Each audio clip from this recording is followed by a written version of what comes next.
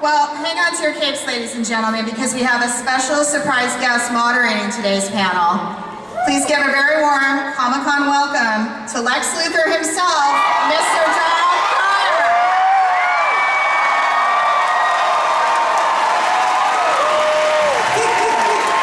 Oh,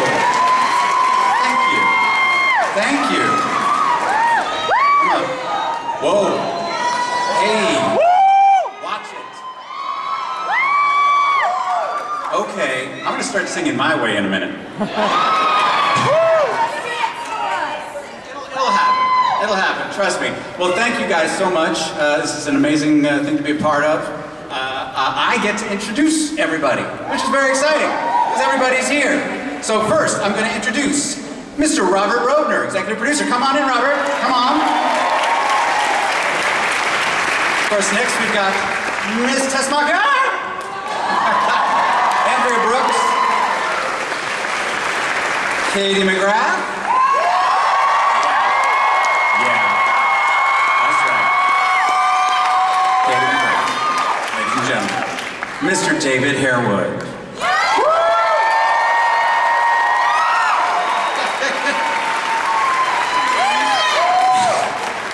Kyler Lee.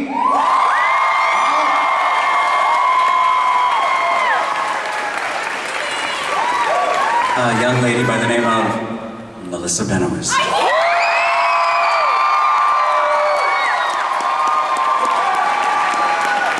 up on me. I was not expecting that. I would have had a plan. I think many steps ahead. So, ladies and gentlemen, Makad Brooks.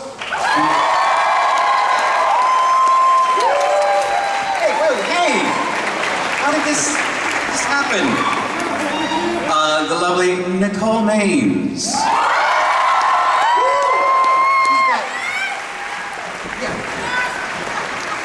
She's got kind of a Cher outfit. This is kind of a half-breed. This is all I ever heard. Half-breed. Next, young Jesse McGrath. Jesse Graff. Jesus. Where's Ozzy? Oh, I got them. Okay. Ozzy Tesfaye, ladies and gentlemen, come on.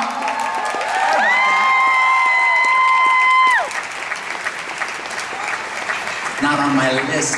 It's messed up. And also Sarah Schechter will be out here. Come on out here, Sarah Schechter. Woo. And Jessica Queller.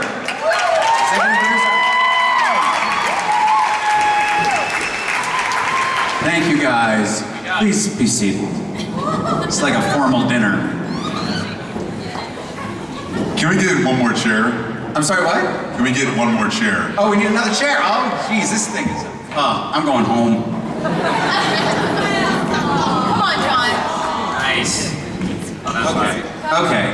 So, we're all very excited about this next season. I'm still tall. We're just dropping right and left.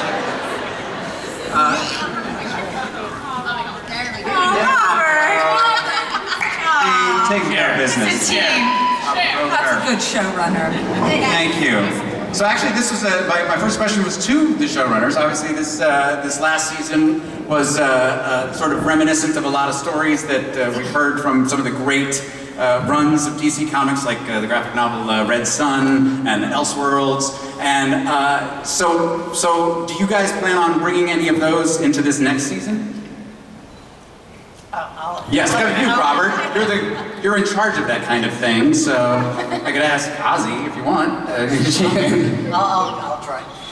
We're gonna our big bad. One of our big bads this season is Leviathan, so we're bringing that into our canon this year. Okay. And we like that our stories reflect what's going on in society. This season is going to be about how technology impacts us, and how people use it to escape from their real lives and from what's going on in the world, especially as it relates to all the stuff that happened last season. So we'll be seeing how our villains this season use technology against us, and how our heroes try and bring us back. Got it. And also, I heard, I don't know if you guys heard that they're doing the Crisis on Infinite Earth thing. I don't know if you heard about that. So that's kind of a big deal. That is. I don't know. Do you know anybody that's going to be in it? I don't know. I don't know who's going to be in it. Because the character I played died. So it's really sad because like one thing you know about comics is once a character is dead, they're just dead. And they never come back. And it's like a sad thing, you know, like there's no other iteration of that character in any other way, they're just done. The undisputed. So it's sad, but because I like you guys seem really nice. Well, I might have some good news for you. What? Yes, Lex Luthor is coming back.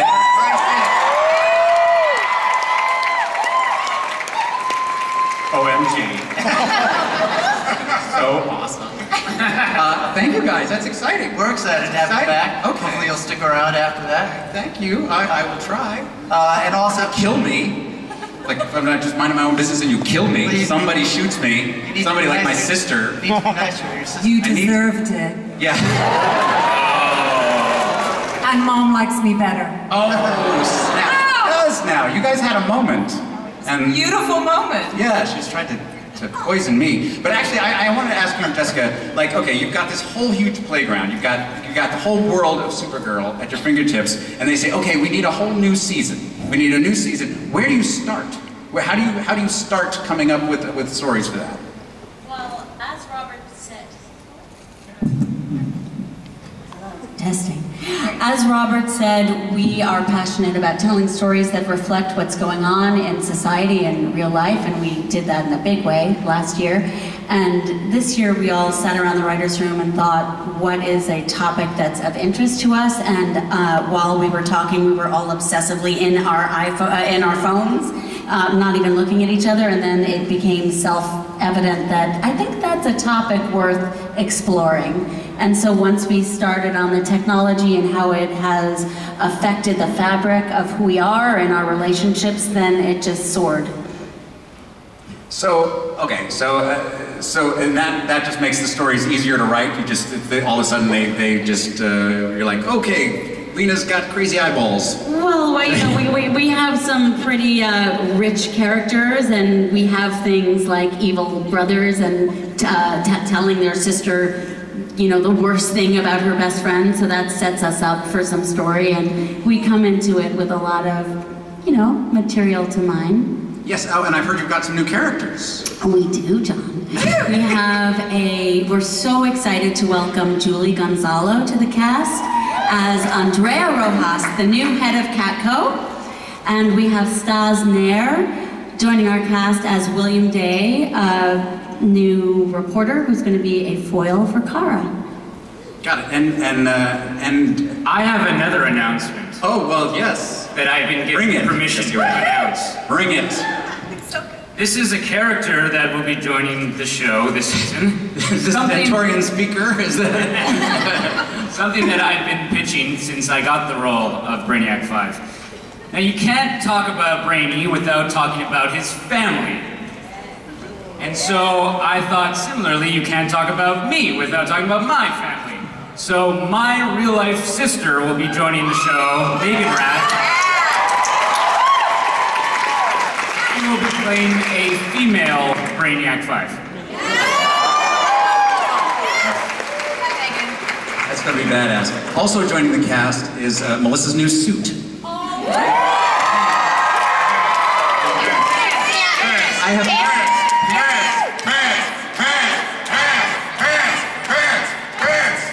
never heard pants get an ovation like that. But now, okay, now Melissa, okay, we have to talk about your pants now for a while. Let's talk about that now. I wonder why. I mean, was that all just about access for the bathroom, basically, or you know, or was it chafing issue? It would. I'm asking. America wants to know. You know what? There were some logistics that needed to be addressed. I won't mention the chafing, but it's cold in Vancouver, and I was a little tired of having my bare legs exposed to the snow and the wind and the cold. But more than that, I also think it's just the perfect evolution for her. It just felt like time, and we've kind of been wanting it for a while, and I love it, you guys. I love it.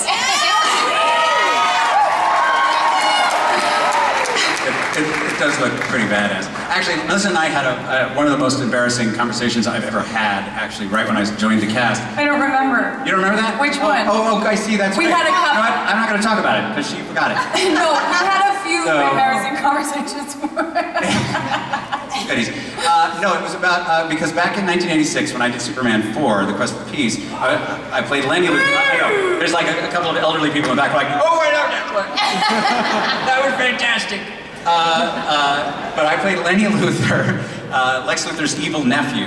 And I swear to God, it sounds ridiculous, and it was. But my first day on the shoot, I had a little bit of flying to do, which was very exciting. And my friend, yes, now she remembers how embarrassing this was.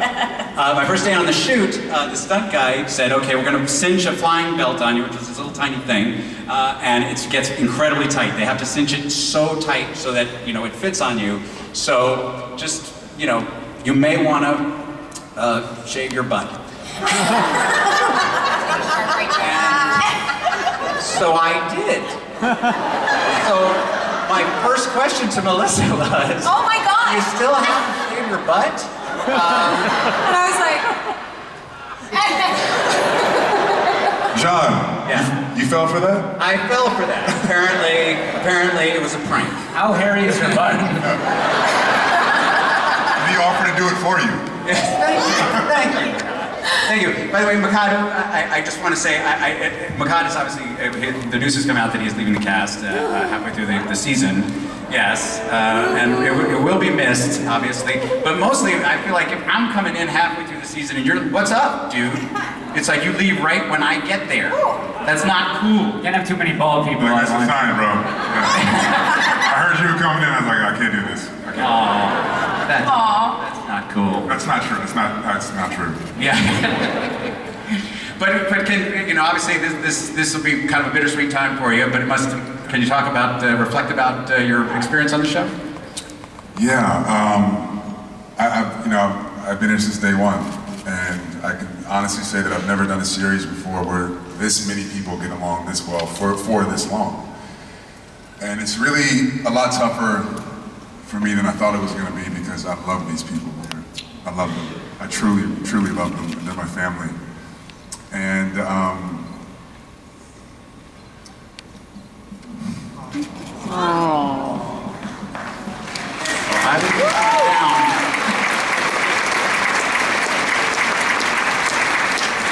just really proud of what we were able to accomplish in the last 5 years. I didn't grow up able to see a superhero who looked like me at all. And the fact that these guys took a chance on somebody who does not look like Jimmy Olsen and made me him, and then made me a superhero, and then, love you, and then we actually dealt with racism and put it in the context of bullying. And I get people to come up to me today with their kids and say, that episode changed our perspective of how we deal with people bullying my son. And this is the most important job of my life so far, so that's what's up. Thank you guys.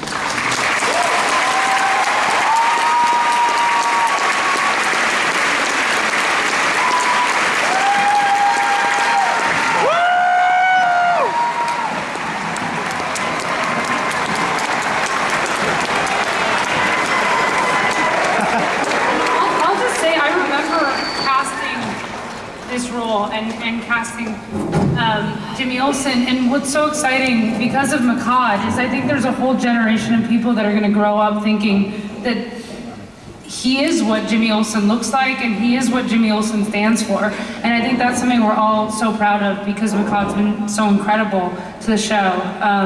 And he, I think, it's so exciting that we get to redefine who these characters are, and Makad just kind of exploded every boundary around who this character was and brought such strength and grace to him. We're so proud to have had him on the show.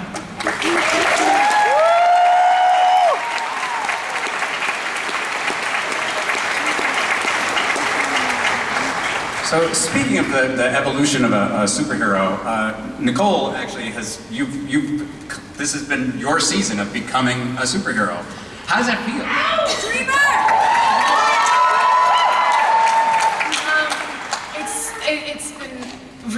and I can honestly kind of hardly believe that it's been a full year since I've been on this panel and since my casting of Dreamer was announced, and the past year has been so insane and unbelievable.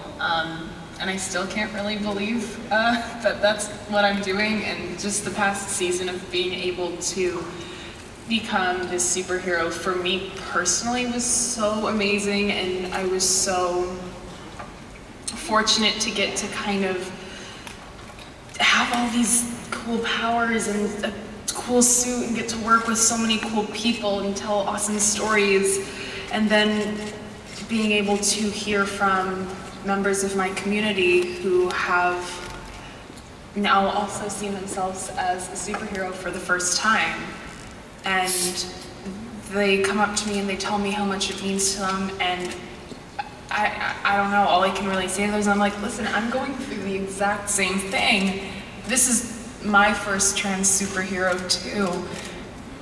But I'm like, y'all get to like be excited about it together. I get the scripts months and months in advance, and I just have to sit on my bed and like, yeah, I just text Ozzy and Edie and Andrea, and I'm like, you guys, I'm just so happy.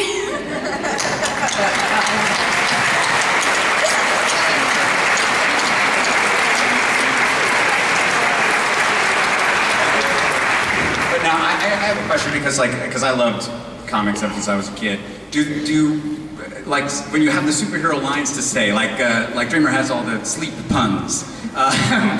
Do those feel good coming out of your mouth? Because I love saying them. Yes, they do. I love puns. I have a like little notes app on my phone where I think of dream puns. And now I'm just waiting. Can you give us a couple right now? I really just want to like... Don't give it away. I really just want... Yeah, you've been practicing for this moment. I have. I really just want to like go up behind someone and knock them out and go, no screams, just dreams. Or, I do have one more. I really want to kind of like, one of my favorite powers that I got to do, or I got to have as Nia was kind of her precognitive fighting style, where she kind of, you know, preemptively like saw, you know, what they were gonna do. And I really just want to punch a guy out and go, you know, I could say I could do this in my sleep, but I usually do. Oh. Really want to do that. Now, Ozzy and Kyler, I wanted to ask you guys a question about, so obviously this last season you were dealing with possibly adopting a child on this one. Is that going to go further in this season? You know, Kyler's better at not doing things, so I'm going to let her start. That was obviously a very, you know, big story to tell, and you know, it is something that will be explored and want to do very delicately, something that we want to treat very respectfully.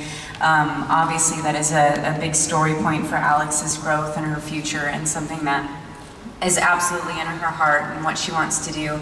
And having met somebody that is, you know, on the same path and wants the same things, it doesn't necessarily mean it has to happen right this second, but to know that you're with somebody that feels the same way, that has the same dreams. It's all about making that journey now and kind of what that looks like. And you know, everything is at risk and at stake and in crisis at all times. At any moment, anything could happen. And Jessica was, you know, we talked about this a lot actually at length about the, you know, the process of adoption and how realistic what happened in the show, you know, really is. That, you know, things can come and be a part of your life and happen and like be handed to you, and then in, you know, within hours actually be taken away in the same moment. And that is a very true story to tell, and so, you know, we wanted to keep the authenticity with that as part of Alex's journey, but then also have somebody come in and be able to, you know, for the first time, Alex not necessarily having Kara in those moments, because Alex didn't know that Kara was Supergirl, and so Supergirl was off and unavailable, so she needed somebody to be able to talk to about these kind of things, and Kelly coming into the picture was just a perfect time to be able to introduce the like-mindedness and someone that has that nurturing quality that can help kind of like guide and walk through that process. And so, you know, that is very much a part of Alex's, you know, desires and what she wants in her life. And it's going to be really exciting to see what that looks like. We've had some really cool ideas and some like interesting ways to introduce that into, you know, the storyline, but definitely don't want to rush anything, trying to treat things very respectfully and tastefully and gracefully, and that's, you know, something that I'm obviously very passionate about. Most of you that know me, you know that that's the case. And obviously, you know, Ozzy is on the same journey. We're all very much on the same page and trying to keep things, you know, done well, but still really cool. And have fun with it. Yeah, you're going to kick people eventually. And Jessica did so well too. I think, as a woman, being a mother is such an incredible privilege, and when you have the desire to want to do that, it is a voice that doesn't go away. And adoption is not a linear experience, so to have this disappointment and to witness somebody go through that heartbreak and still have hope, I thought was such a beautiful way of doing it and telling that story. And so many women are going through that. You two were so beautiful in that episode. Yeah, that was a great episode. I cried. I've watched it in the editing room many times and cried every time. That's true. I'm a big crier.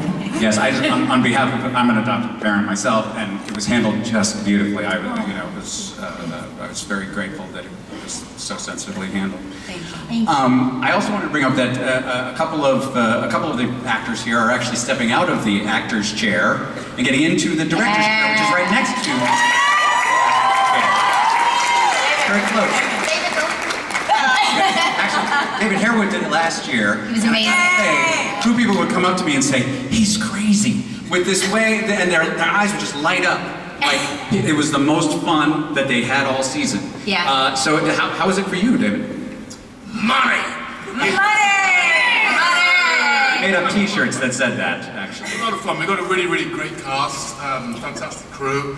I couldn't really ask for a better way to start my kind of directing journey than working with these guys. So it's been awesome. I really, really enjoy it. Looking forward to doing it again. 5/11, I should be directing again. And of course, somebody else is going to be directing again this year, or directing this year. So, Melissa, is this going to be your first thing that you're directing? Yeah. Oh my gosh. Yeah.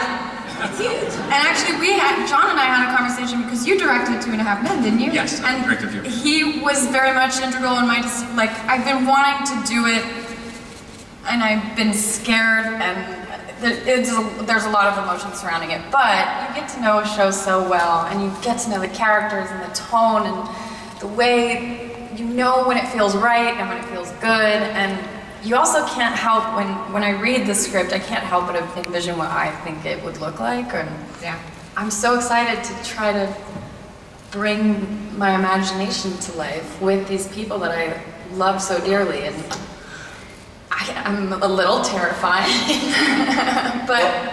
You understand being Supergirl is really, really hard to begin with. Yeah. Right? I mean, this woman works so hard and has this incredibly sunny disposition the whole time, and you're just like, I don't know. She's hanging from wires for 8 hours a day, and she's just like, hey guys!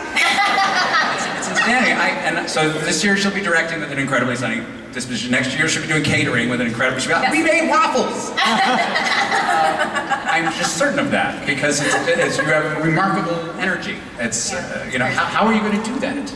I don't know, and I don't know how much I'll be in the episode that I end up directing, but I'm trying to get as prepared as I can if in the case I have to direct myself, which will be a trip, especially if I'm on the wires. Yes. I don't know how that's going to work. Can you guys get me down? Can I see what's happening? But we have an amazing crew, like the best crew. We're so fortunate, and our producing director, Jesse Warren, I've been shadowing him, and he's like an open... Shout out to Jesse. Yeah, Jesse! Shout out to Jesse Warren. He's here. Are you here? We love you, Jesse. Here? Are you here, Jesse? Yeah. Hey, you don't know Jesse, but he's awesome. Just rest assured, he's awesome. He's awesome.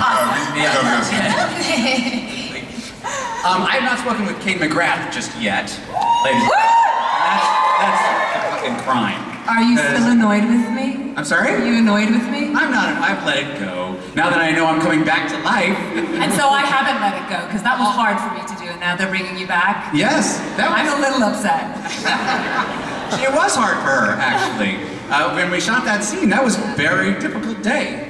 There was a lot going on, and John was so patient with me because I found it really, really tricky, and Jesse will tell you because he directed it, that there was so much emotion to play in such, because I wasn't really doing anything. I was being delivered a lot of information, and it was, how do you illustrate that your whole world has fallen apart by doing nothing?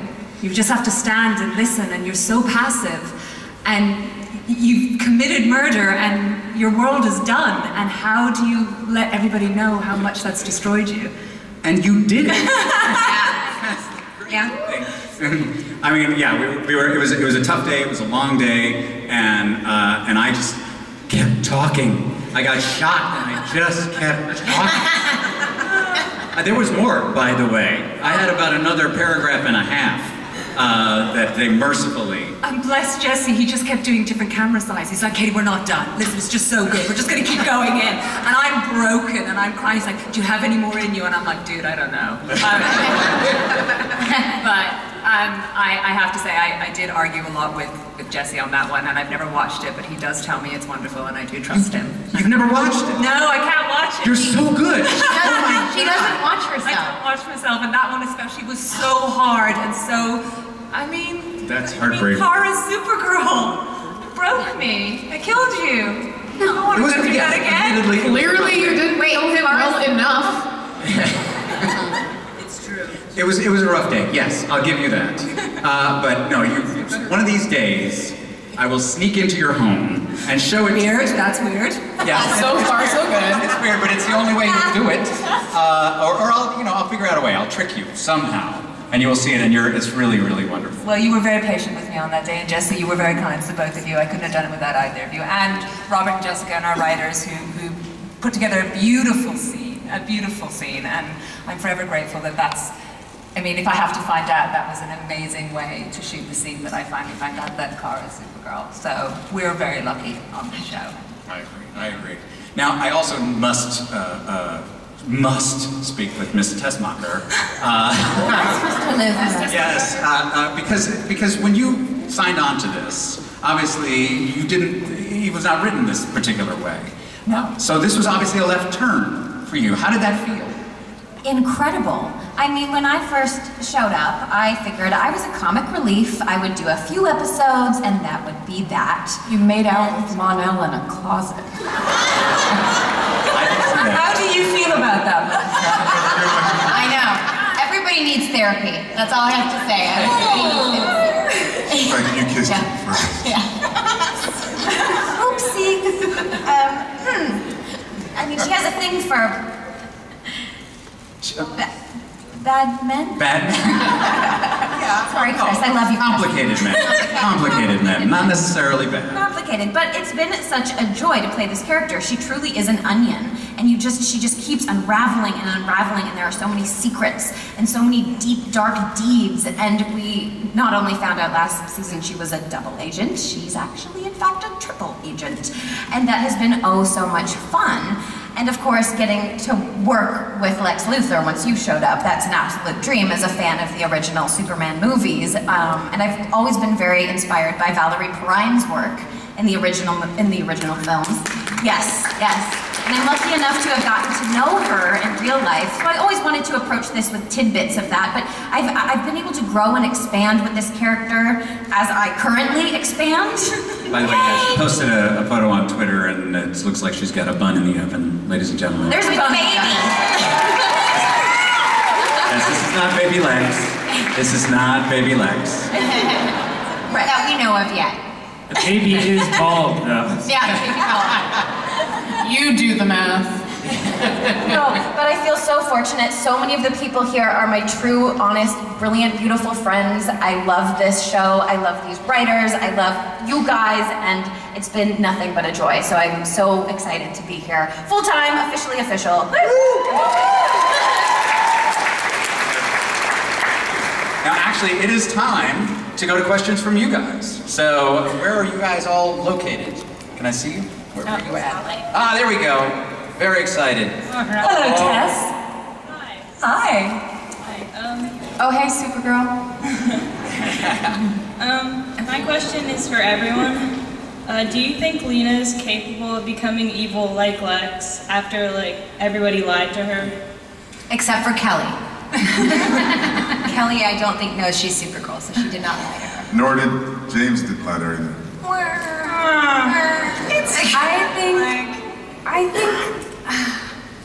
I don't want her to, and Kara would certainly not want her to, and I think Kara will fight like tooth and nail so that if she ever saw her going down a path similar to Lex Luthor's. But it'd definitely be understandable. It's an interesting question because I think what makes a great character on any show is that at any point in any situation they can be either a hero or a villain, you know, and everybody has that part in them that they can be the best person on their best day and they can also be the worst person on their worst day, and that doesn't make them a bad person and it doesn't make them a good person, it just makes them human. And that's what I love most about Lena, is that she is ultimately just human. She's flawed and she's brilliant and she's always trying to do the best, and ultimately, no matter what Lena does, I think she will always feel that she's doing the best she can. And yes, she has been given this horrible news and it has destroyed her, but the question I think for season 5 for Lena is whether that defines who she is and whether that defines her relationships with all the characters on the show. So who knows? Okay, oh, one more question. They held up a little sign that said, one more question. Hi, my name's Danielle. First, I want to applaud you for having a show that is so strong in its feminism that it really encourages young women to stand up. Can you take a picture of Lex Luthor? Can you zoom in it? My question. CW has done this great push about Dare to Defy, and we are open to all. So my question is, when are we going to see some plus-size representation on the show? Bouncy boy. Needed. Yeah. I want a bouncy boy character on the show. Soon. It's a good point and point well taken. Absolutely. Yeah, it's an excellent question. And these guys listen. So, point well taken. Yeah. Thank you. Thank you. So is that it for the audience questions? Okay. Thanks, guys. Yeah, jeez. God, you were so thorough. Yeah, we said everything there needs to be said. No, because I didn't want to, because I did want to go down the line really quickly with a lightning round of everybody's favorite moment on the show for this last season. Because I'm gonna say Jesse Rath's freak out when he had to go through every single human emotion in like 4 sentences was one of the most amazing things I've ever seen. And if you could just, as an actor, explain how the hell you did it, I would be fulfilled as a human being. I can't really explain. I just I planned out for what line I wanted, which Brainiac would be speaking each line. And so I had the OG Brainiac in mind, I had a Keanu Brainy in mind. Keanu. I did an Indigo Brainy who tried to seduce the interrogator, but that got cut out. Yeah, I think I did a French pass at that speech too, but that also got cut out. But I'm happy you liked it, John. We should hang out more. Yeah. You can tell me how great I am, I can tell you how great you are. It'll be very smooth sailing. but what was your favorite moment of the season? I loved when Alex got grasped. When Alex was, crying over Supergirl and Supergirl got grass powers. Our fern bowling, that was beautiful. Yes, the grass. Take the grass, Kara! Take the grass! My favorite was seeing the Dreamer come to life finally and seeing her in costume. That was incredible for me. That was a lot of fun. I liked being in Cosnia with you. Hey, yes, being Kosnian. Amazing Russian accent. Do we have any actual Russians out there, just out of curiosity? Anybody? No? Good, we don't want them. I love that. No, I love the Russians. Especially, You are definitely getting hacked now. no, especially Sasha Pilson, who was the our dialect coach. Yeah, he was awesome. Amazing, absolutely amazing. I mean, you know, but you did just magnificently. Your Russian was beautiful as well. Thank you. See, this is how it works. We just compliment each other all day. It's a very convivial set. Any other great moments that people loved? I loved the sibling first episode where we came in and with Jimmy and Kelly and you and Lena. I thought that was really cool. And, oh yes, that was cool. That was that was an epic cool. episode. That was. Yeah. Gosh. People dying. And yes, telling stories about dogs. It was madness. Oh yeah. Yes. Oh, but by the way, Ozzy's dog George is in San Diego. So you know. George, we love him. Ozzy's dog is wildly popular on the internet, and justifiably so. This dog is amazing. He's definitely pooping all over the place right now. Yes, in a hotel room. Sorry, George. Well, that's actually all the time we've got for the Supergirl panel. Thank you guys so much.